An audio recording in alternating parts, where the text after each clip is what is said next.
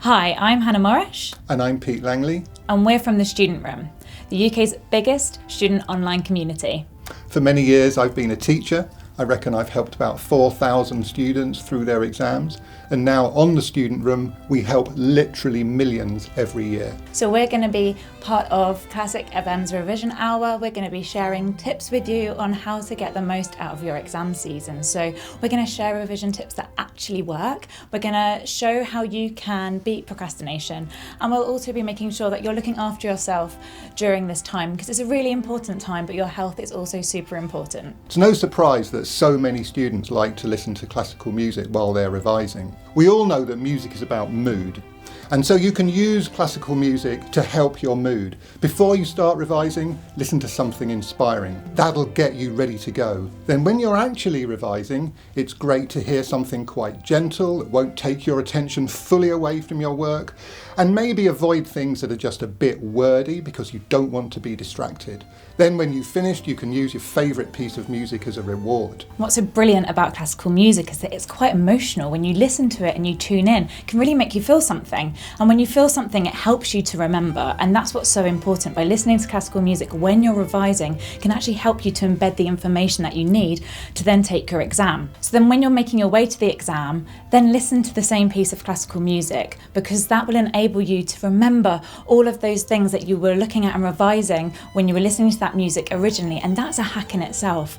So you're getting to your exam hall feeling nice and relaxed, nice and tuned in, and you'll be able to remember all of that information for then you to just be able to put it all on the paper and nail your exam. We're going to go through some revision ideas that we know really work. The first one we want to mention is about having some sort of revision plan. This doesn't need to be a huge, detailed, minute-by-minute calendar.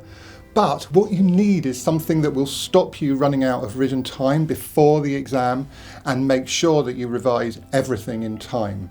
So what you need to do is to sort of work out the topics you've got to learn for all your subjects and roughly schedule what you're going to learn when between the period between now and the exams.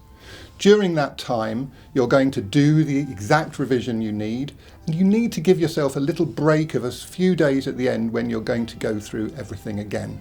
I think it's super important to chunk. So you're going to have your revision timetable, but actually what are you going to do every day? And when are you going to plan your breaks in? Having a break is really, really important. I see so many questions every day on the Student Room around, oh, I'm going to revise for 8 hours. Is that enough? Whoa, that's so much time. And your brain won't be able to concentrate. So actually just look at maybe revising for 5 to 10 minutes. You could even listen to a piece of classical music and set that as your time, and then move on to something else. Or you could do slightly longer revisions, so maybe 20 to 30 minutes, and then just take a 5-minute break, maybe go and get some fresh air, go and make yourself a cup of tea, whatever it needs to do, but chunking is super important. And while you're revising, what's really important is to keep testing yourself, because it's easy to sort of get into a comfort zone, I think, where you're maybe highlighting a lot and it feels sort of good and you like the stationery and you've gone to buy it all. It feels great. And it looks pretty. It looks pretty, yeah. But are you really learning anything? And to check that you're learning, you do need to test yourself. The best way of testing yourself can be really simple. If you've got notes, you can just put your hand across